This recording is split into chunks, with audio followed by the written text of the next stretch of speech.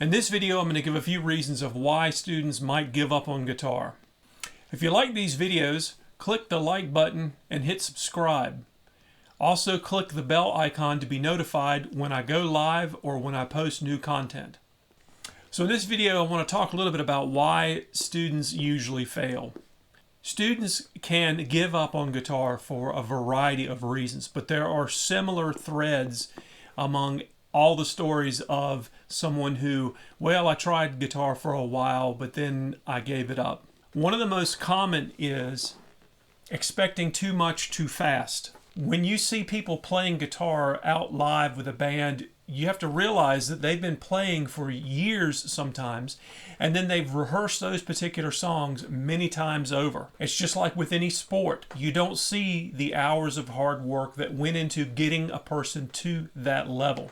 When you're starting out, you have to understand it's going to take some time to get to a point where you really see progress, because you're having to overcome some major obstacles. The biggest is being hand strength, and you might have strong hands, but it's having the strength in each individual finger.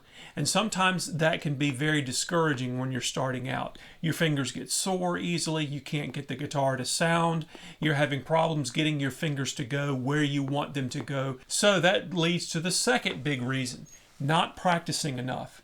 If you want to have results quickly, you've got to practice more. Now, I'm not saying you have to go and practice 10 hours a day. You do have to have breaks in your practice routine in order for some of the things that you're practicing to kind of settle in. When you're first starting out, if you're only picking the guitar up for 15 minutes a day, it's going to take a long time for you to see some progress.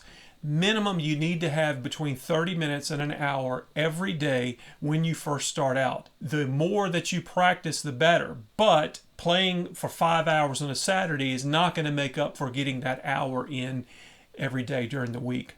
Another reason that students may give up, and that's where the guitar might unnecessarily be difficult to play. And what I mean by that is the guitar may not be set up properly. If the strings are too high off the fretboard, they're going to be hard to press down and difficult to play. Additionally, if the intonation is not set right, if it's way out of whack, no matter where you play along the fretboard, it's going to sound out of tune. You may have a lot of corrosion on the frets, which make it difficult when you're trying to move on the string across the fret. You want it to be nice and smooth. Does the guitar need new strings? Sometimes if it has old strings, it's almost impossible to get in tune. Another reason, not knowing what to practice or how to practice. When you start out, what are you trying to do? What are your goals that you see from a month from now, 5 months from now, a year from now? If you are learning to be a bluegrass player, obviously your practice routine is going to be different than if you want to be a jazz guitar player. Very different styles requiring very different techniques, even though it's still the same instrument. Another reason is not taking lessons from a good guitar teacher.